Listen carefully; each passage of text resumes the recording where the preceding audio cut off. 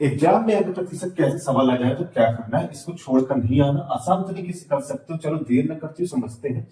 सबसे पहले जो सवाल आपको दिया है, यदि घन की भुजाओं में 20% की वृद्धि की जाए तो घन के आयतन में कितने परसेंट की वृद्धि होगी, ये आपको बताना है। ठीक है, क्या बोल रहा है, घन की भुजाओं में 20% की वृद्धि की जाए। अब 20% को क्या बना सकते हो, 20% को अगर आप देखो तो 1/5 लिख सकते हो। 20% को ठीक क्या लिख सकते हो, 1/5। फ्रैक्शन में क्या हो जाता है, 1/5। ठीक है, तो क्या बोल रहा है कि 20% की वृद्धि की जाए तो उसके आयतन में कितने प्रतिशत की वृद्धि होगी। तो आपको पता है कि घन की भुजा जिसे हम ए बोलते हैं, ठीक है, तो घन का आयतन क्या होता है, तो घन की भुजा क्या दी हुई है।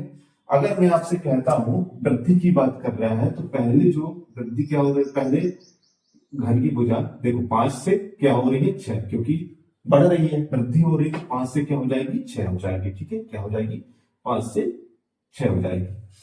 ठीक है, तो क्या करोगे, एक भुजा कितनी थी पहले 5 थी, बढ़ने के बाद क्या हो गई 6 हो गई। ठीक है, वृद्धि हुई है ना आयतन में, 20% की वृद्धि होने के बाद 6 हो रही है।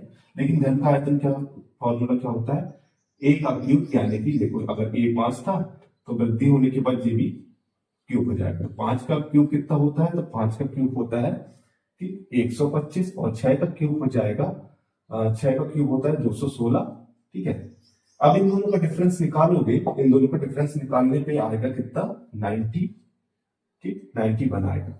किस पर वृद्धि हो रही है, 125 पर वृद्धि हो रही है, उसको आप नीचे रखोगे क्योंकि आपको क्या परसेंट में बताना है, तो कितने प्रतिशत वृद्धि हो रही है वो बताना है। गुणा करोगे 100 से।